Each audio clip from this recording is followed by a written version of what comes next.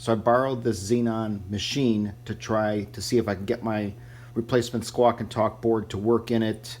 I'm pretty sure it works. I've got a customer that uses my replacement Squawk and Talk board in his early Flash Gordon, which has the Sounds Plus and the Vocalizer board, and it works fine. I wanted to see if I could get this working with my test equipment. I've got my sound recorder hooked up here, and it's pretty much exactly the same as the Squawk and Talk board. The only thing I had to do was jumper in 5 volts from the auxiliary solenoid driver board.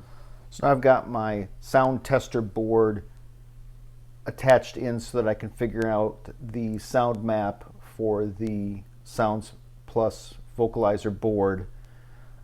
I've got it tapped in the same way with the sound recorder board. I'm just using this to break the connection between the machine and the soundboard.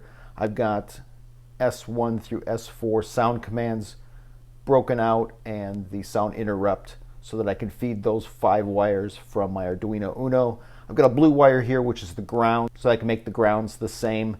And I've still got the 5 volts from the solenoid driver board because I'm not passing that through on my sound recorder board.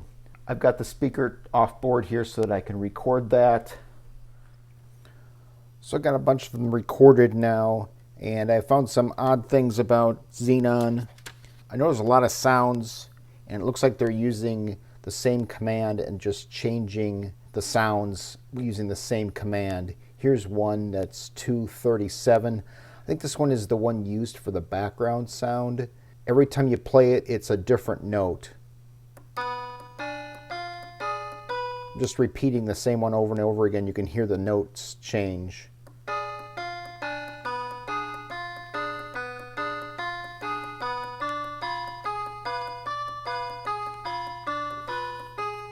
a whole bunch of them. Not sure how many are there. It's going to take me a while to find those. So another one down here at 230.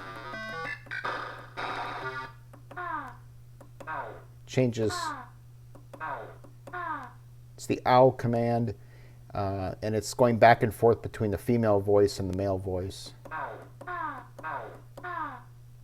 And then there's another one here down at 224 that also changes. I think this one's only got less than 10.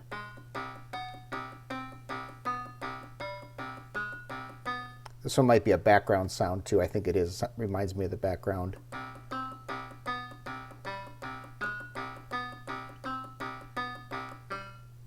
So the next step is to record all the sounds and try them out in the prototype card.